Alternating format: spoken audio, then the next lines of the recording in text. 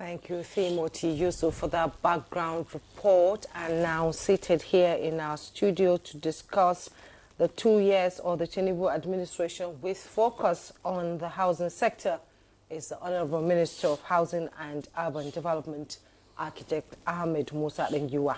You're welcome to Good Morning Nigeria. Thank you very much. Once again, good morning. Good to have you. Also joining us here is Damola Akindolire. Is a PPP consultant for Renewed Hope Cities project. Mr. Damola, you are welcome to Good Morning Nigeria. Thank you for having me. Good morning. All right. Okay, so let's kickstart our conversation with the Honorable Minister because housing is the second most challenging, thing for Nigerians right now after food. We hear a lot of Nigerians, especially crying now that the prices of house rent is just going higher and out of the sky. Now, Honorable Minister, can you just let us have an overview of the Renewed Hope Housing Program? What is it all about? Well, thank you very much. The Renewed Hope Housing Program is a program of federal government of Nigeria under the President Bola Ahmed Tinubu. It's a transformative program in order to make housing a reality for Nigerians, home ownership, I can say, a reality for Nigerians. It's aimed to make housing very accessible, inclusive, and affordable for all Nigerians and all cadres of Nigerians, from the high to the low, even to the low-income Nigerians. That's what the Renewed Hope Housing Program is all about. And when it came in 3 categories. We had the Renewed Hope Cities program, which is aimed to deliver 7 cities in the country, 1 in the federal capital, and then 1 in each geographical zone of the country, in the major cities of each of the zones. This is aimed to deliver 1,000 plus housing units in these locations, and the houses should be high-rise buildings made up of block of flats, terraces, and duplexes. This is aimed through the PPP, public-private partnerships, whereby the government will only provide an environment for private sector to come and deliver these cities in the 7 locations. The second one is the Renewed Hope Estates, which is aimed to deliver a minimum of 250 housing units in the remaining 30 states of the Federation. It's to be funded by the federal government of Nigeria. The third one is aimed to deliver social housing, which is the Renewed Hope Social Housing, in 774 local government of Nigerians for the low income and even the no income, which is 0 income, even the vulnerables and the displaced population of the country. It is aimed to deliver 77,400 housing units at 100 housing units in each of the 774 local government areas of the country. This is what the Renewed Hope program is all about: to deliver cities, to deliver estates, and to deliver social housing to Nigerians. Okay, you mentioned cities. Which are the cities? Where are the cities located? Well, currently we have taken at least 3 of the cities. We have taken one in Abuja, which is Karsana Renewed Hope Estate, or city, that is being developed, 3,112 housing units. It has gone very far, and it's about to be commissioned. Portion of the housing units will be commissioned any moment from now by Mr. President. And we have also taken that of Lagos, Ibeju Lekki in Lagos, where we're delivering 2,000 housing units. Those ones also have gone very far. We intend to deliver at least half of those housing units any moment from now. You can see some of the clips later. Then we also have the Kano, which is the Renewed Hope City, also in Kano. We are delivering also another 2,000 housing units. Even that construction has gone very far. As I told you, it's a PPP arrangement, and the houses are high-rise, which are the block of flats, terraces, and the duplexes, meant for the high-income Nigerians. High income. High income, like? Well, it depends, because it's a private partnership, because we have to cater for all categories of Nigerians. The Renewed Hope Estates, which I've told you earlier, we are delivering in the 30 states. We have taken 12 states now, 2 in each geographical zone of the country, at 250 housing units.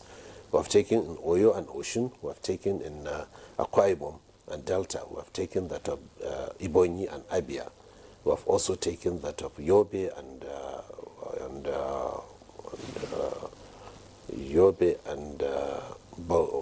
Gombe, sorry, and that of Benue and Nasarawa, and also Katsina and Sokoto.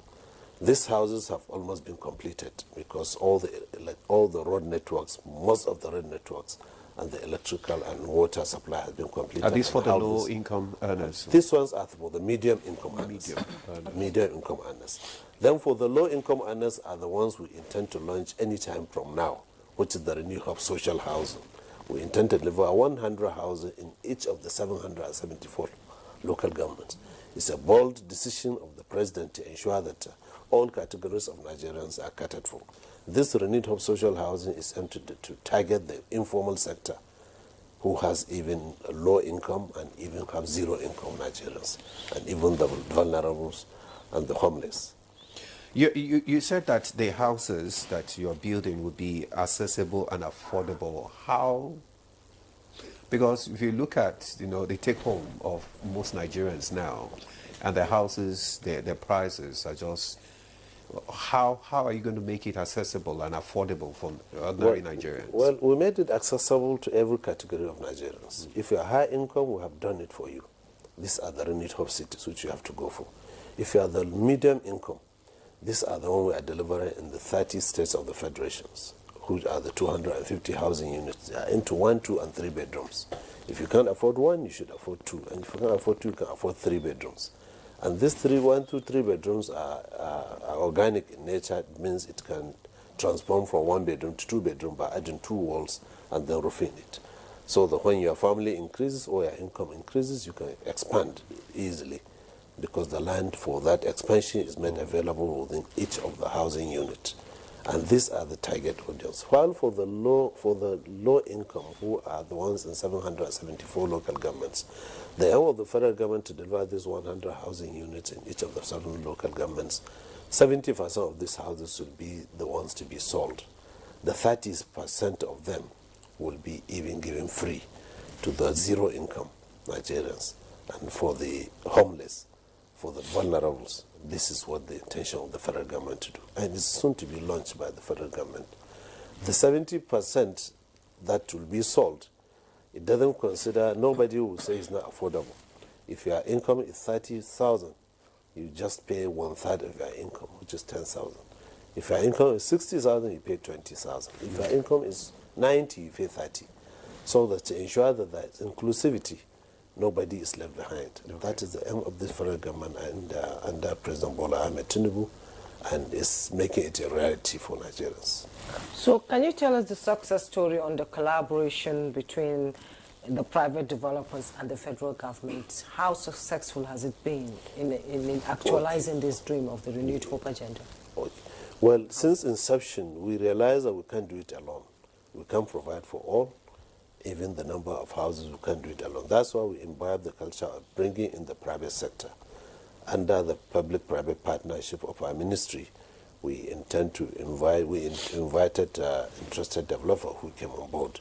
And then we intend to ensure that we as a government will provide the enabling environment by one providing sometimes even the infrastructure, sometimes we provide the land, sometimes we provide the off-take guarantee, in order for the private sector to have confidence and come and invest. And it has been successful, because so far we have drawn over 70 billion naira into the private sector to which they are developing. In fact, the houses that are being built in Lagos and Abuja and Kano, they are all the private sector initiative under the PPP. And they have so far delivered over 6,000 of the 10,000 housing units we are saying we have delivered currently within our 2 years in office. So are the project timelines being met, and can you explain to us what are the biggest, bottlenecks that's out there? Because we can't rule that out. No, you can't. There's always challenges in every business you do. Quite well on the public PPP sector, which we are doing. First of all, they always encounter the issue of land, getting access to land, at least from the locations we intend to do. And these locations are 3 of them, Abuja, Lagos, and Kano. But in the long run, if you can't give them land, they have to now purchase the land. And when you purchase the land, you add to the cost of the construction of the houses in terms of selling prices.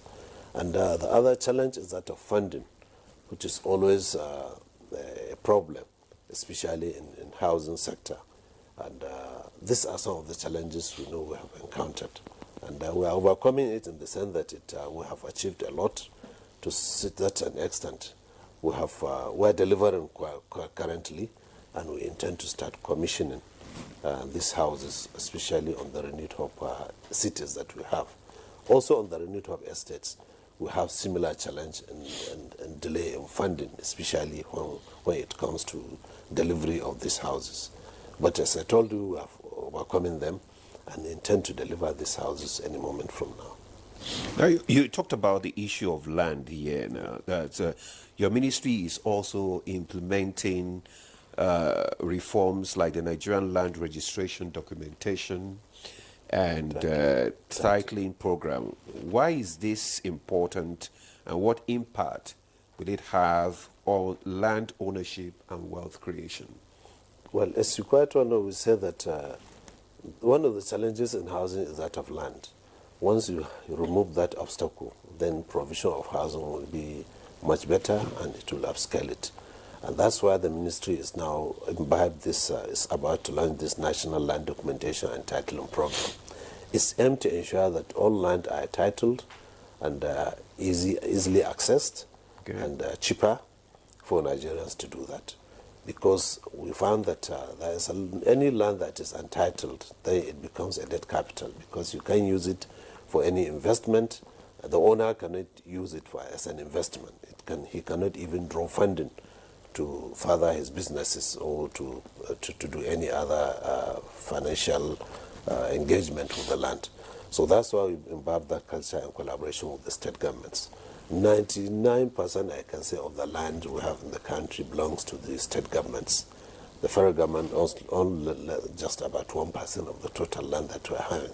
So that's why that collaboration is very key with the state governments to ensure that we increase access to land, we reduce that bottlenecks that has to do with land, and we encourage the state governments to encourage their citizens to title their land, and the state government to make the land titling very easy and accessible. In many of the states, you found that you take at least 2 years to get a CFO in some of the states. There is no state, I think, that you can get a land processed within 6 months.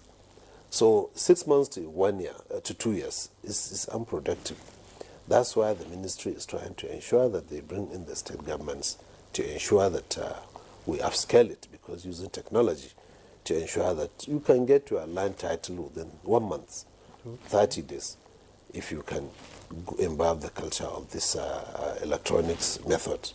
That's why the ministry has established the federal land titling program that we are having now in the ministry. Okay, this cannot be done alone by by the housing and the PPE, the private sector. Last time we spoke on this housing issue, you talked about job creation. Yeah. That building these houses will create a lot of jobs for our youths, women, who want to join the building sector. How has it improved the living standards of some Nigerians through jobs gotten from building this kind of houses across Nigeria? Well, that's why the Renewed Hope agenda is not just building the houses. It's about job creation, inclusivity, and making Nigerians to earn a living. For every house you build, you are creating 25 jobs. So for the 10,000 houses that we are delivering currently, and that the Renewed Hope agenda of Mr. President, we are creating nothing less than 250,000 jobs. And you'll find that you get people engaged. And on construction side, most of our laborers, they earn nothing less than 150,000 naira monthly. Because at the rate of 5,000 per day, down 30 days, you are getting 150,000 naira, which is even more than the minimum wage that you are having. So that's why the job creation, imagine the job creation that is creating under the Renewed Hope cities and estate, and even under the Renewed Hope social housing we intend to do. The renewed hope social housing we intend to do of 77,400 units, 100 in every local government, will create nothing less than 2 million jobs. So imagine catering for 2 million jobs, earning 150,000 naira monthly. What would that do? It improves the local economies of the locations where we're having these housing units. Thank you. You talked about there's something that I read about the housing portal. Yes. Can you, how does it work? How does it ensure equal access for Nigerians, for housing? Yes, when we roll out the Renewed Hope program, we find that what are the options for accessing these houses? The options could be either direct payment or outright purchase, outright payment or installmental payment, or mortgage, or through rent-to-own. And we created a portal, which is the Renewed Hope portal, under the ministry, to which anywhere you can access this is www.renewedhopehomes at FMHUD, Federal Ministry of Housing and Urban Development.gov.ng. Once you access it, it takes you to the site where we are building these houses. It shows you the location these houses are being constructed, the types of houses, their prices, and how to access. Then once you pick the one you want, then it will take you to the mode of payment you want to pay. If you want to pay outright purchase, it will take you to the bank account where you make the lodgement, and the offer letter will click on for you, signed, and with your name on top. And if you intend to do installmental payment, then the offer letter will come to you with the installmental breakdown, how you intend to be making the payments.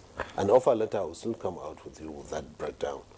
And if you pick the mortgage or the rent-to-own, it will take you to the Federal Mortgage Bank site, where it will show you, it will ask you some of the parameters for you to confirm your affordability.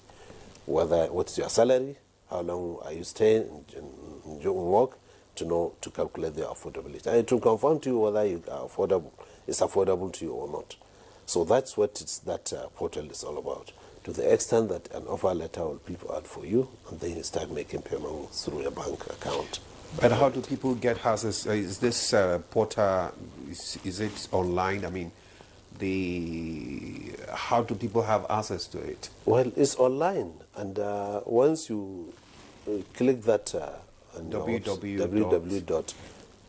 Renewed Hope Homes.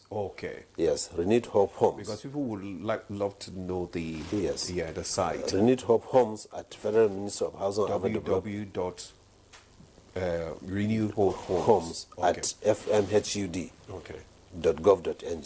All right. That's the website. Okay, we've had so many, housing policies over the years, from the 80s to 90s. Now, can you tell us what is the distinct difference between this Renewed Hope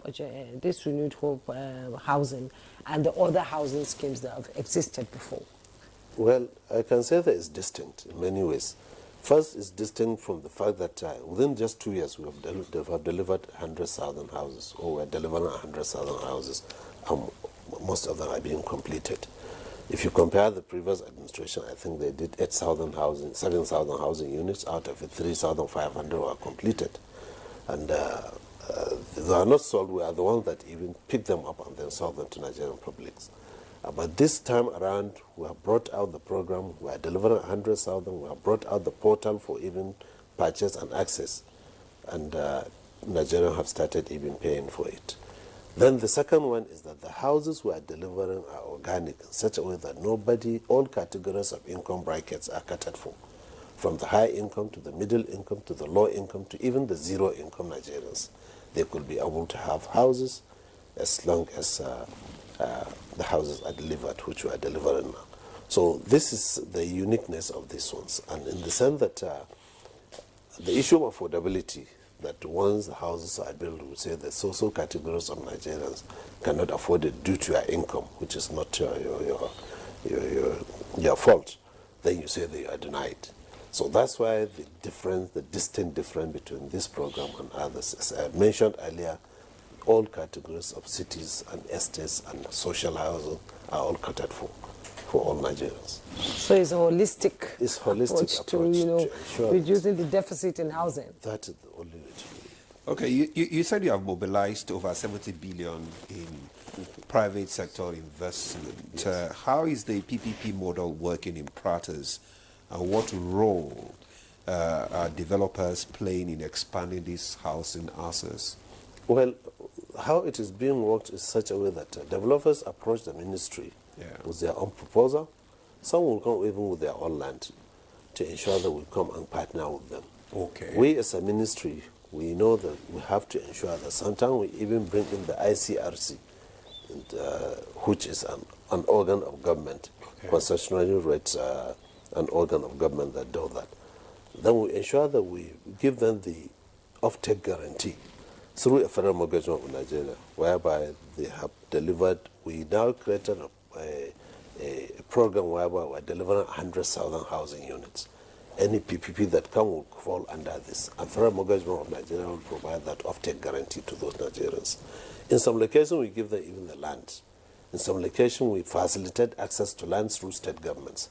Once the state governments land that the investor is coming with the knowledge of Federal Ministry of Housing and Urban Development, land will be made accessible to those kind of developers, and then they will access it. And that's why the project commences. And in some cases, we even facilitate access to this funding through some of the federal government funding institutions, like the Federal Mortgage Bank of Nigeria through construction finance. We have the Family Homes Fund that also gives construction finance. Many of this, substantial part of this 70 billion were accessed through these institutions. So these are some of the modalities we do, and we ensure that we facilitate access to. Okay, thank you, Honorable Minister. Mr. Damale, let's bring you into this conversation. You are a PPP consultant, and tell us how you have been able to collaborate with the Federal Ministry of Housing, in providing houses for Nigerians. Okay, thank you. Just like the Honorable Minister has mentioned, the government realized very early on that the private sector needs to play a critical role in the delivery of housing for Nigerians. And that's why the private sector were able to mobilize very serious-minded, large-scale developers. Because the real issue here is when you look at the rental cost of rent, the real factor driving up rent is the lack of housing that's within close proximity to the cities. So for us, developers had to come, apply to the ministry. We went through a normal process. And through that process now, we are talking about the Renewed Hope Cities, which is delivering 1,000 units in all 6 geopolitical zones and the FCT. And the more cities you create that in that manner would also lead to driving down the cost of rent, lowering the commute time between major cities and the various offices that they represent. These people work, Nigerians work. So for us, it's been cutting the red tape, ensuring easy access to facilitating land, cutting all the red tape to have to do with the approval process, ensure that we're able to get from titling to groundbreaking to construction in record time. All these are factors that cost a lot of money if developers were to embark on this venture on their own. But through the intervention of the Ministry of Housing, we've seen that time drop significantly, and then becomes more encouraging for the private sector to participate. And if you look at what the Honourable Minister has said, 70 billion vis-a-vis what the ministry's budget is, very soon we're going to see a trend where the private sector will even take a more prominent role in terms of taking leadership. Ensuring that we can mobilize twice the capital that the annual budget can actually prepare for, so that Nigerians, and that's the real issue, if we don't have private sector investment in housing, there is no way we can drive down the housing deficit. The government has too many priorities in education, in health, to provide houses, which is a very capital-intensive program. So the private sector now coming in is a very significant difference that we've seen from what the previous administration housing policies used to look like. 70 billion is by no feet small in terms of the value, but it's still a drop in the ocean compared to where we need to get to in terms of providing houses for Nigerians. We've seen so many policies from the Tinubu administration. How has it impacted the public-private partnership when it comes to housing? Well, honestly, we are quite very encouraged by what we've seen. A number of them, which we can roll out here. I mean, first, to typically think of how much a house will cost, given the escalating cost of items that is also being brought under control through the intervention of the ministry, through engagement with stakeholders, and the Building Manufacturers Hub that will be set up is a PPP relationship. The Federal Mortgage Bank has moved up its mortgage, the cap on its mortgage from 15 million to 50 million. That's a significant step. We've also seen the Mofi Real Estate Investment Fund, a 250 billion fund, which 150 billion came from the federal government and 100 billion from the private sector, making 250 to provide mortgages to Nigerians at 12%. Now that's another collaboration that you would see that would help Nigerians help own their own homes. So with this kind of initiatives, we're seeing both the demand and the supply side being catered for. In the past, what you typically see is focus on one side of the aisle, which is, okay, let's put houses into the market. And that's what leads to so many vacant houses, because the supply side is not there, or you see it vis-a-vis the other way around, where you have a lot of houses on ground, but nobody has the capital to actually acquire those houses. So this initiative being driven, this PPP is not just playing on the demand side only, on the supply side only. They're also playing on the demand side, where private sector has mobilized 100 billion to support mortgages for Nigerians at 12% over the next 25 to 30 years. So you can see this holistic approach is the real way we need to tackle the housing crisis. When you talk about mortgage, you said there are so many houses out there that are not, being occupied by Nigerians. Yes. And how much do Nigerians understand this mortgage business? That you can walk into a mortgage bank and be able to source money to buy a house. How many Nigerians, just give me a percentage, understand this mortgage? Yes, this mortgage. So generally, home ownership in Nigeria is currently less than 25%. When you compare this with other economies, that's around 50%. Even in South Africa, it's much higher. It's because the real factor here is the credit enhancement ability for an average Nigerian is still somewhere where it has to be enhanced. And if you look at the general administration policy of President Bola Ahmed Tinubu, you would see setups like Credit Corps, you'll see setups like the Nigeria Credit Guarantee Company.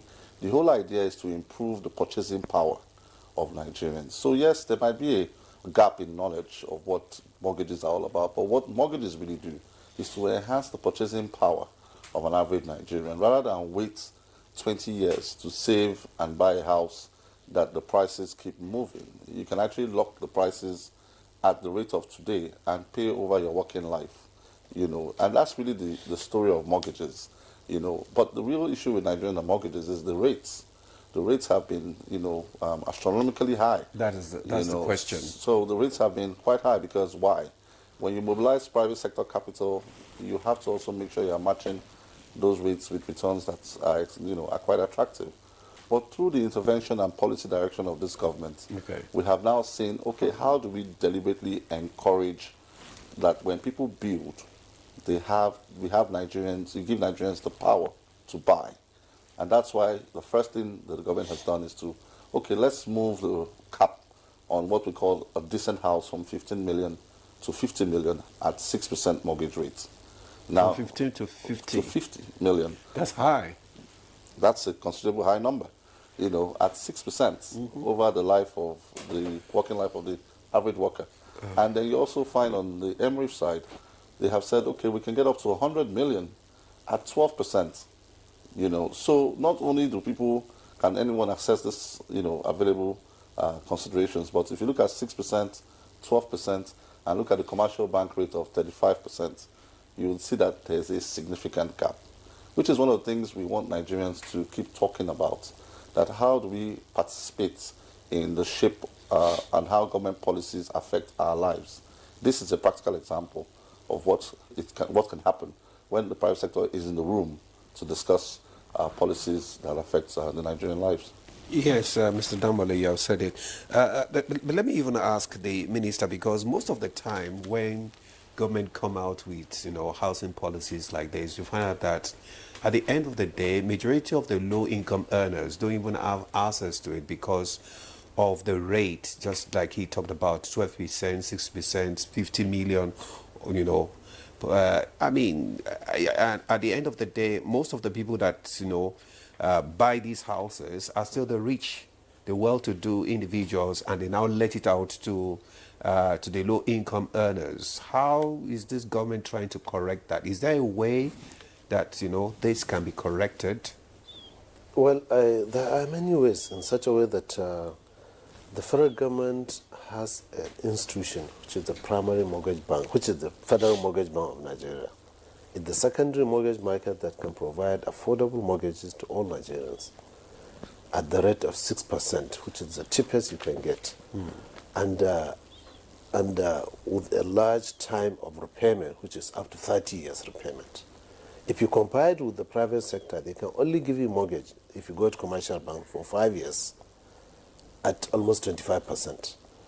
Now with the MRIF, they can provide you 16% with maybe 20 years. So already there exists an institution that has branches in 36 states of the Federation, including FCT, that is providing that. But Nigerians couldn't know about it, despite the fact that every week there is a television program by the Federal Mortgage Bank of Nigeria. There's a radio program in all languages, Hausa, Igbo, and even Pidgin and Yoruba. So for Nigerians to know that there is an institution of government that's providing affordable mortgages to Nigerians at 6% to pay over a period of 30 years, which is the period when you could be in your productive years. Yeah. This one's not only for government workers, it's even for the informal sector. Okay. There is a cooperative housing development loan that is provided for Nigerians, cooperative societies to form Nigerians to form cooperatives, afford the bank with their own land for them to give them loan to build the houses with their own designs and their costing. They can even design a 3 million house for themselves. And the federal government will provide them the funding to build it. Once you build it, you bring in the off-takers who are your members of cooperatives, and you get the houses. And once you get your land, that's why we always encourage this land titling. Okay. Once you have a title land, Federal Mortgage Bank of Nigeria will give you a loan, you are individually, to build your individual construction loan, to build your own house at your own pace. So there are options, there are available opportunities for Nigerians. But the only thing is that Nigerians are not ready to access it. Or they are not aware of it. That it is possible. Well, I don't believe that they are not aware of it. Because as far as I've told you, every week there's a radio, there's a television program of FMBN. There's also a radio program of FMBN. And you have to even, there is a branches in 36 states of the Federation. I think there is a deduction for all workers of 2.5% of their earnings. So if there's a deduction, you have the right to go there and inquire. I've been deducted. This money I need to access mortgage. Then they can guide you on how to do it. And one thing which the federal government did this administration is increasing the minimum wage, 70%, 70,000 naira, from 30,000 to 70,000 as a minimum wage. And it has increased the affordability of Nigerians for them to afford to own a house. So I think all the enabling environment has been provided for government, by the government. All right. Productive years. Okay, there are some questions. Productive years. What if the opportunity comes when you're in your 50s? Well, and you want to get a mortgage for a house? Well, it's unfortunate at that age.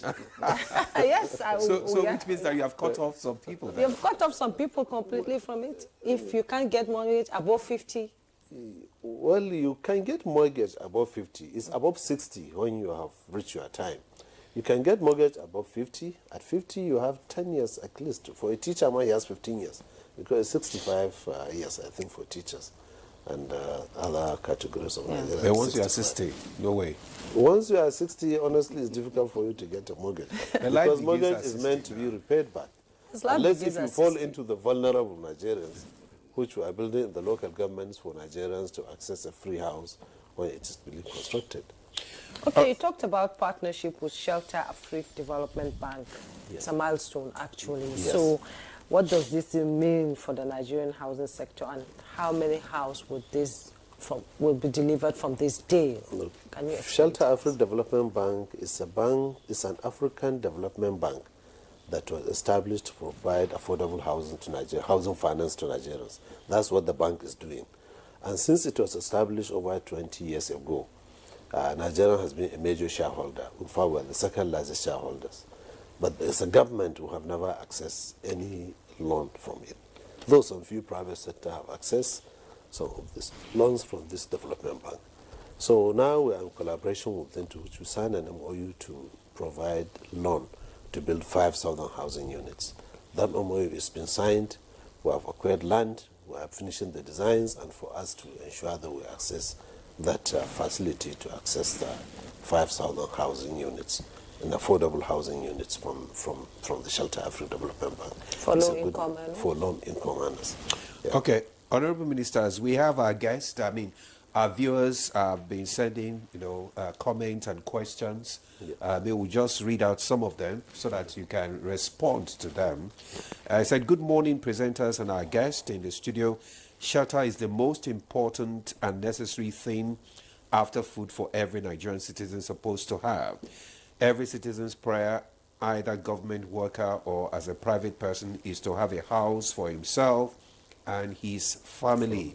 As the cost of building materials in Nigeria today is very high, I'm urging the federal government to please do something so that every Nigerian can be able to have a house of their own. Thank you, Alhaji Garko Karu site. That is from Alhaji Garko. Garko. Okay, Garko. Okay. Then this one says, good morning, my brother Demola and my sister Jumai. I'm Abbas Abubakar site from Jalingo, Taraba State. He said, housing estate provide organized and affordable shelter. However, I have the following questions. How can the authority address the allocation process, bureaucratic delays, and the absence of an open application portal? I think that has been talked about. Addressing these challenges will help eliminate disenfranchisement and restore hope and confidence among staff. Now, this one say, I have a question for the Minister of Housing and Urban Development.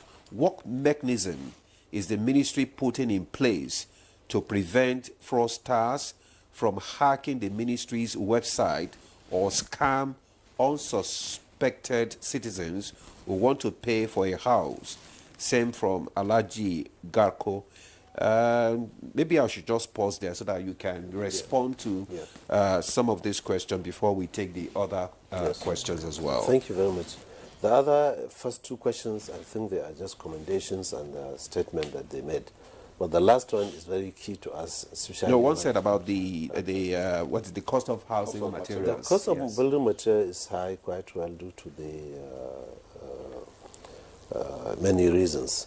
And what the government is doing toward that is to ensure that we produce our building materials locally.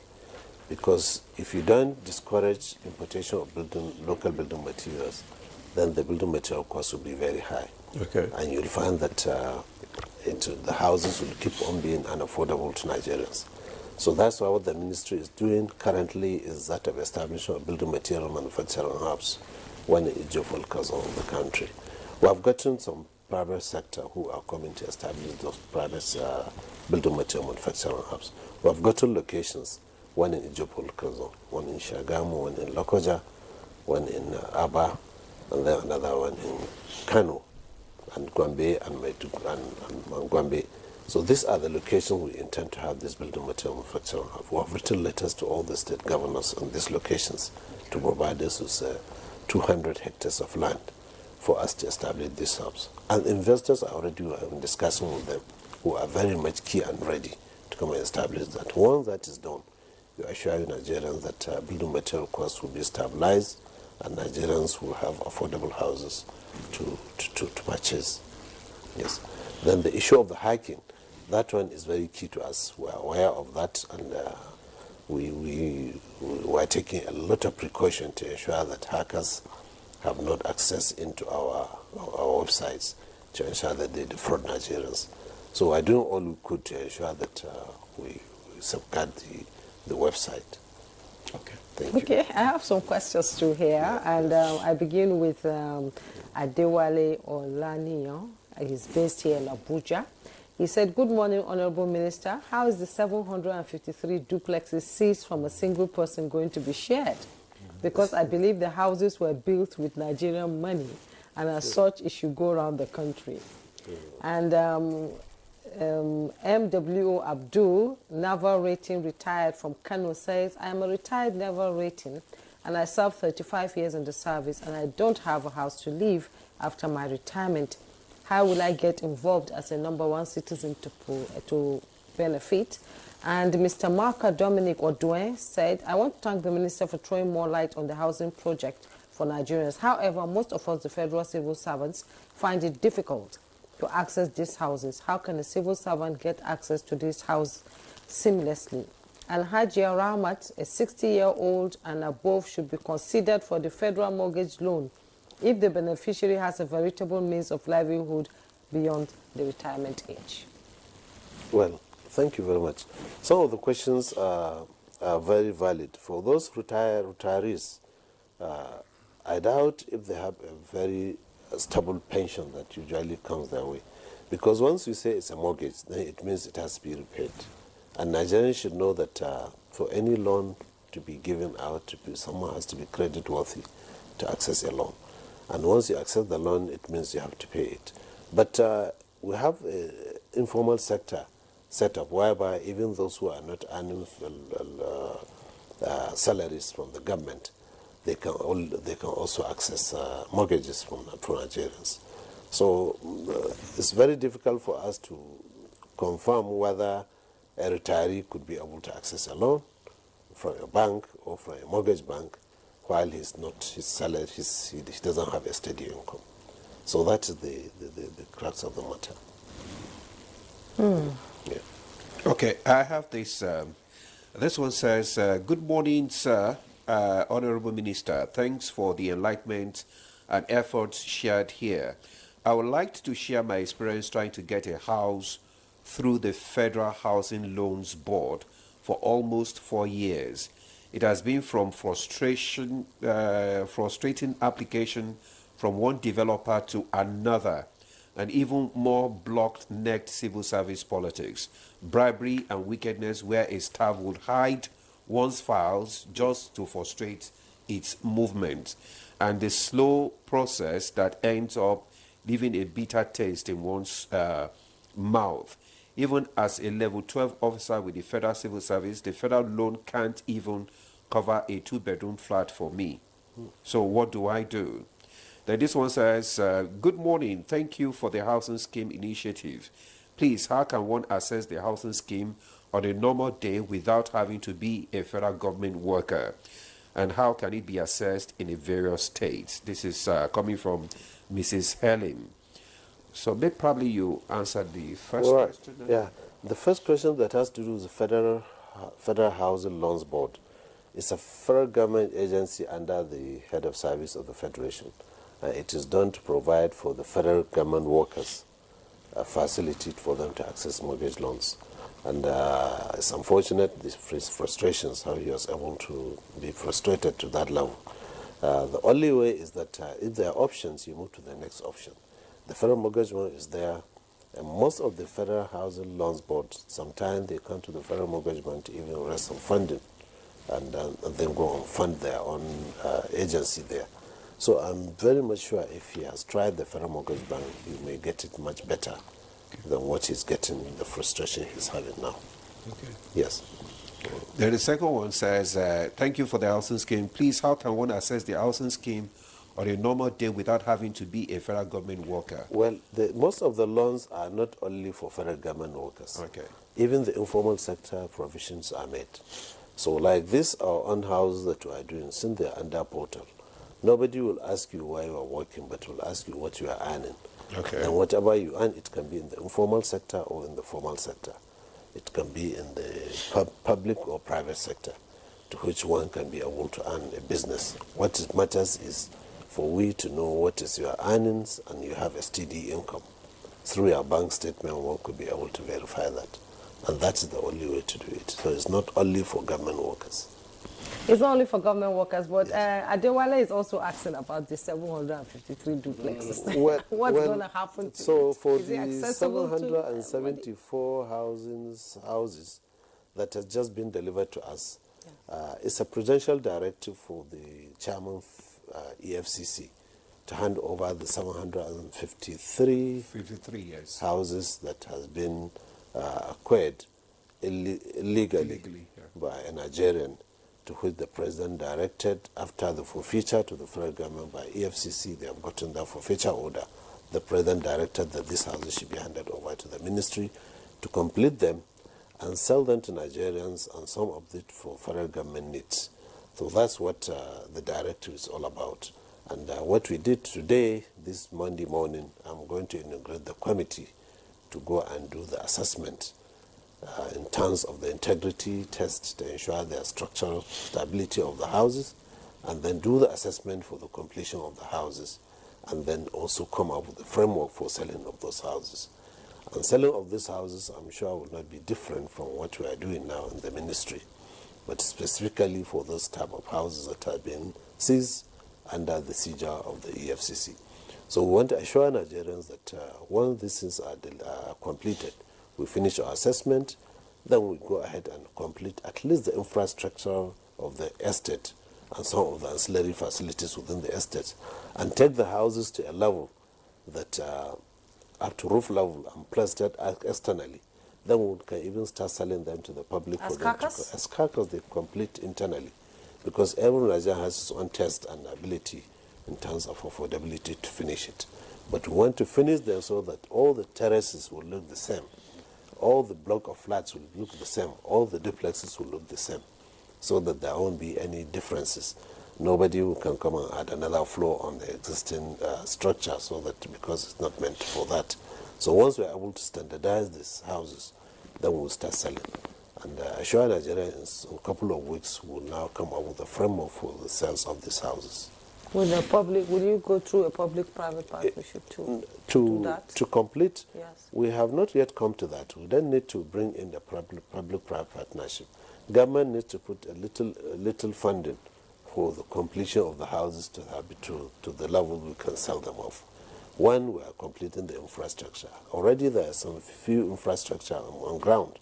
The roads are already laid, but no drainages, no water, no electricity. So we have to provide that. There is a fence, we have to strengthen the fence, do a gate house. There are other ancillary facilities like the sports center, the shopping malls and other facilities that were provided in the estates. So we want to complete them. For the houses, every house, most of the houses, or almost all the houses are not roofed. So we want to roof them, plaster externally, and then dispose them off to the public for them to acquire. Okay. Architect Damola, let me just ask you, what policy reforms do you think necessary to improve the governance and risk management framework in Nigeria's housing sector? Well, I mean, there's quite a number of them. Some of them have been done already. But I think very prominent amongst them is the need for us to carry out extensive land reform, which the ministry is already initiating that process by, unlocking debt capital. Nigeria has, according to PwC, $300 billion worth of debt capital.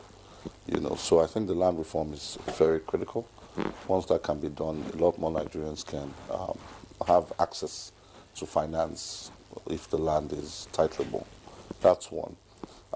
Also, we are seeing some policy direction in terms of managing the cost of building materials, which astronomically has continued to increase over time. And the simple reason for that is because a number of up to 60% of building material items have been imported. So we're beginning to see policy direction to help manage and stem that particular challenge.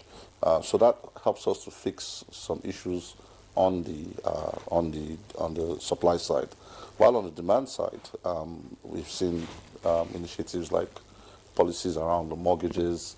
One of the things you would have to commend the Honourable Minister and the Federal Ministry of Housing and Urban Development for is the portal. Typically in the past, this housing thing are always done under the table, but with the portal, you can influence who does what. Mm-hmm. And you're even limited by things like BVN, So if you go to the portal today, some data requirements are there. So with your BVN, you can't buy more than 2 units. So even if you had the resources to buy 10, you can only buy 2, so that you can give opportunities for other people to participate in this kind of initiatives. So the initial, based on people's experiences, it's all been sold, it's all been shared. All that has been eliminated with IT infrastructure they've put in place, which is quite very commendable and shows transparency. And that also gives confidence to the private sector to participate. So I think on the demand side, if we continue to see mortgage rates continue to go lower, continue to see initiatives that help Nigerians to, finance the acquisition of their homes with lower rates, and then we begin to see houses located in places that they can at least afford. I think we'll solve not all, but a significant portion of the Nigerians' housing crisis. So I think from private sector, we believe those areas are key areas that must be touch points. All right. Well, thank you very much. We'll go for a break now. The conversation will continue when we come back. Stay with us. Welcome back. Still on to Good Morning Nigeria on the network service of the NTA. And we are still discussing the housing challenges in Nigeria. And we have Honorable Minister and our other guest, Mr. Damola, still here. And before we went on that break, we had some questions that some of our viewers sent. And this one says, good morning, presenters of Good Morning Nigeria. I am Olu from NIMG, Jos. I'm 50 years this May. How can I benefit from this housing project? I have an uncompleted project that I couldn't complete since 2020. How can I have access to the loan?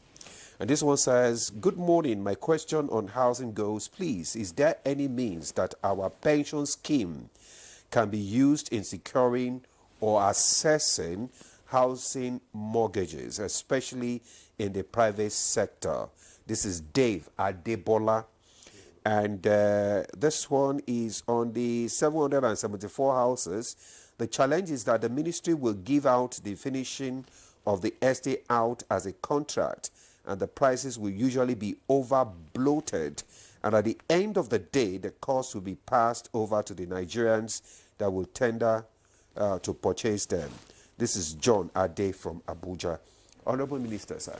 Yes, thank you very much. The first one that is discussing about an uncompleted house he wants to complete. Yeah. Luckily, there is a facility under the Federal Mortgage Bank of Nigeria that provide construction finance, individual construction loan to Nigerians. And those that have commenced construction, they are much more favored.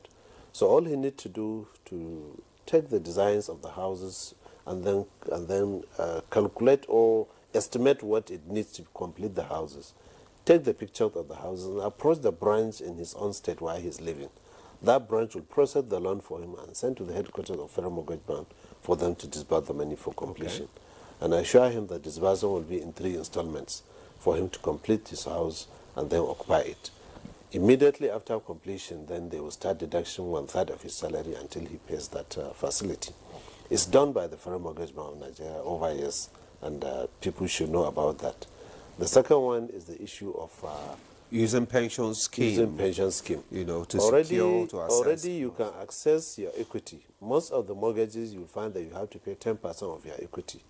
So the pension funds have agreed to give that, to pay that equity on behalf of Nigerians, on behalf of the pensioners, even if you are still in service.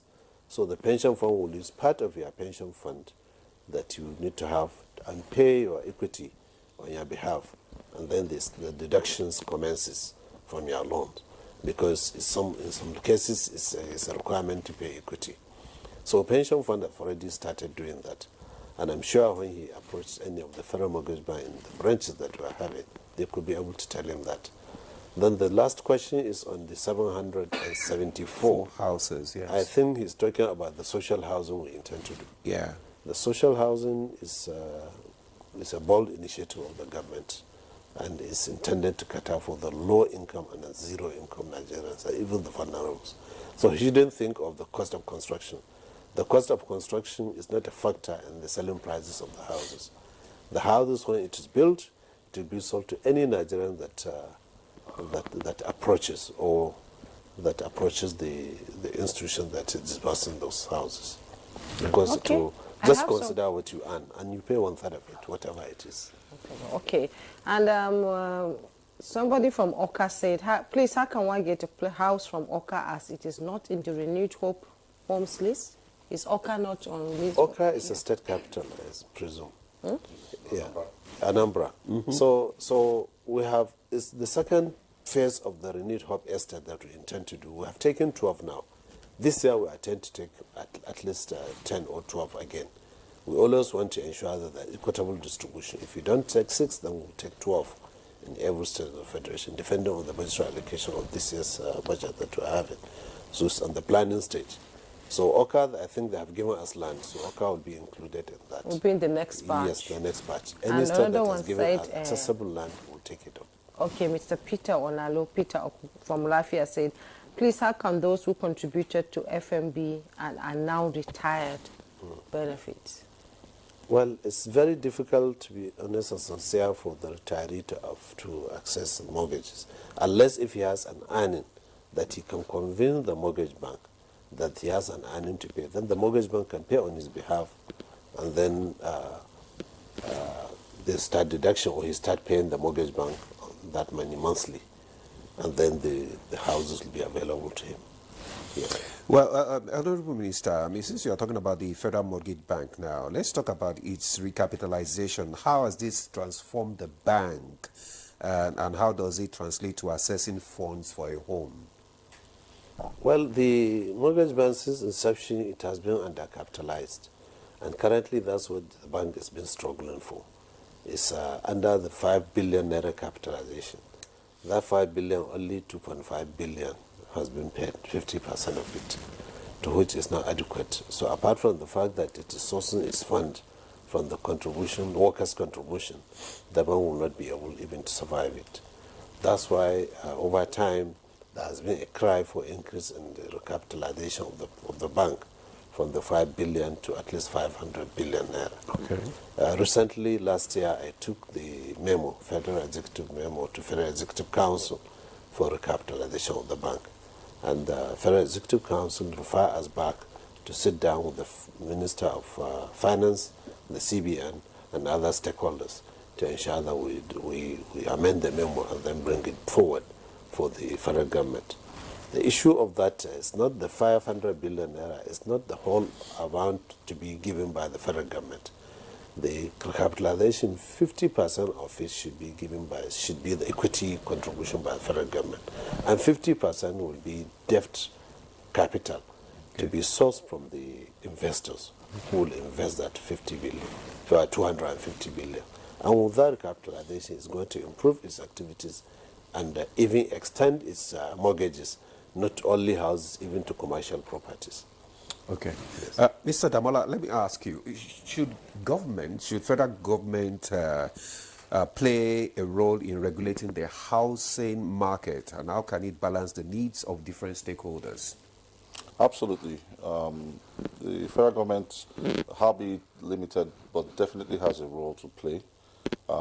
We have seen escalating add-on costs from agents who have taken advantage of Nigerians. Therefore, we need to know, we need to set standards. There can't be, and we've seen some initiative in Lagos around that directive, where there's a cap on what should be paid as part of the cost of either rent or homeownership. We've also seen all sorts of players who've taken advantage of Nigerians offering products that do not exist in the name of off-plan, without any verifiable title or document or plans to show that they have intent to even construct. So, and defraud unsuspecting Nigerians who want to take advantage of the early entry so that they can reap the benefits of the growth of the capital appreciation of the assets. So definitely there's a role for regulation to ensure that the framework is there to limit or even eliminate these unscrupulous elements that take advantage and increase, because if you look at the actual cost of houses, if you look at the rent side, by the time you add 10% caution, 10% agency, 10% this, 10% that, you're almost at 40-30% of the cost itself, and some of these monies are never returned, so there's role for government, and I do know that there's a Senate bill that is in process, and I'm sure they will definitely work with the Ministry of Housing to harmonize what kind of regulation should be in place, but we cannot over-regulate the industry, as we need private sector to have the confidence that they will not have their investment stalled by one regulation or the other. But we need to weed the industry out of elements that take advantage of Nigerians. Okay, it's 2 years of the Tinubu administration. As we begin to wind down this program, I want to ask you this question. Where do you see the housing sector at the end of the first term of President Tinubu? Honestly, 2 years, we're just 2 years into the government of President Bola Ahmed Tinubu. And let's start with the size of the industry. We've seen the real estate industry outpace other sectors, becoming one of the top 5 largest, fastest growing sectors in Nigeria, which is credit to the President and the Honorable Minister. We've also seen the real estate sector overtake the popular oil and gas industry, becoming the 3rd largest sector behind agriculture and trade, according to the Nigeria Bureau of Statistics. So that alone tells you, from a macro factor, what has happened in 2 short years, that we have seen. We've also seen a departure from the past, where, which with good intent, the government has did their best to deliver 8,000, or eventually 3,005 was delivered at the end of the last administration. And we're talking about 5 to 10,000 being commissioned within the second year of this administration. So 8 years, 2 years, I think we can do the maths and tell what the story looks like. Before now, private sector's participation in industry was 0. Now private sector is at 70, almost matching the budget. What do you think is responsible for that? Leadership is very important. We've seen leadership on the part of the President, and we have a very energetic minister who is not an armchair minister, so you can be sure he would inspect and hold you accountable to whatever you have committed to do. And also creating and coming in with that private sector thinking to actually say, what is the real intent or the common objective here? How do we ensure that we meet somewhere in between? In the past, PPP engagements have been skewed in such a way that they've been very unviable. So people want to live close to town would have to pay the price of close to town. People that want to stay a little bit further will pay what is required to do that. So we can actually dimension what people's needs are and not put everybody in the bucket and expect that they would all fit. And through this collaboration, we've now seen that, okay, if the ministry provides land access, we can reduce the cost of houses by, say, 10-15%. Okay. If we have additional, government-owned enterprise funding, we can reduce it again by another 15%. So that kind of collaboration is how we get to affordable housing, not when both parties are talking from different perspective. So we've seen that change. We've also seen private sector mobilize capital into that space. We've seen how the pension funds are responding to initiative of this government, mobilizing 100 billion to support the 150 billion that has been committed as seed funding to the Mofi Real Estate Investment Fund. So you can see that the role of government really is to provide the enabling environment. That's really the role of government, and they allow for private sector players to thrive. And this is the policy direction of this administration, and under the leadership of the Honorable Minister, that is different. That our job is to provide the environment. Your job is to ensure that we deliver for Nigerians. Okay, all right. Honorable Minister, let me just ask you, as we are winding up, what are the potential opportunities and challenges for sustainable, housing development in Nigeria, and how can they be addressed? Well, there are 2 ways to it. One thing, we have to know that government cannot provide all. So that's why the government funding has to be sustained in such a way that there should be sustained an increase in the budgetary allocations for housing, because it's a one fact. Whatever you provide the government fund for construction of houses under the budgetary allocations, I assure you 60% of that funding will be returned back to the government at the end of the construction. If you give us 300 billion, I assure you within the next 2 years of completion of those houses, 200 billion after the sale of those houses will be returned back to you. Because at least 100 can be used to subsidize the cost of the houses, or 150. So something will have to be returned to it. That's what I want the government, especially the budget unit of the government, to know, that funding housing, apart from the fact that substantial part of this funding will return back to government, you are creating jobs for Nigerians. Okay. And apart from creating jobs, you are empowering the local economies and ensure that you sustain it. That is the only way to do it. So if you don't do that, I think that is on the other side of the government. On the private sector, we have to ensure that all the bottlenecks that has to do with the PPP arrangement has been streamlined. So through our administration, we are able to engage the ICRC to show them that the PPP under road construction or other infrastructure should be taken differently from the PPP under the housing. Under housing, if a private sector comes and invests, he will recoup his money within 2 years. But if you give that same amount of money to a road user who constructs a road, he can extend it up to 10, 15 years before he recoups that his investment. Because he can only recoup it maybe through toll gating. But this one, you develop it even off-plan while you are doing construction, you recover at least a substantial part of it to it. So we have to ensure that honestly we sustain the PPP arrangement, private sector arrangement, and we have to keep on urging the government, especially the National Assembly and the budget office under the Ministry of Budget, to keep funding the housing sector, because it's one way that will create jobs and it's one way that will also boost the local economies. So practically you were saying that Nigerians should just, relax, and getting access to housing will be easy. Very well. Nigerians should rest assured that under this administration, housing will be more affordable and accessible to Nigerians.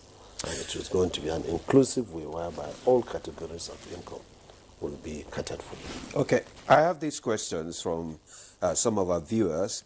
This one says, good morning, my name is Binta Abdullahi.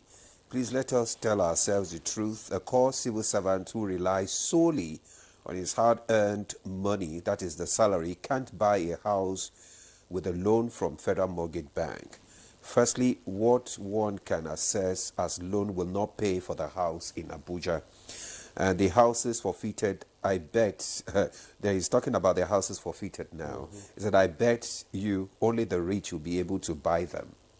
Now this one says, good morning, Honorable Minister. Please, you should please intervene. Nigeria Bar Association has allocated a whopping 10% to ourselves for all change of property title agreement. This is outrageous, considering that there are other charges. This huge transaction cost has worsened the issue of home ownership. Yes, and let me quickly take this before you answer that. He said, please, Minister, let's learn from the private sector. The easiest way for Nigerians to be house owner is to employ site and service strategy.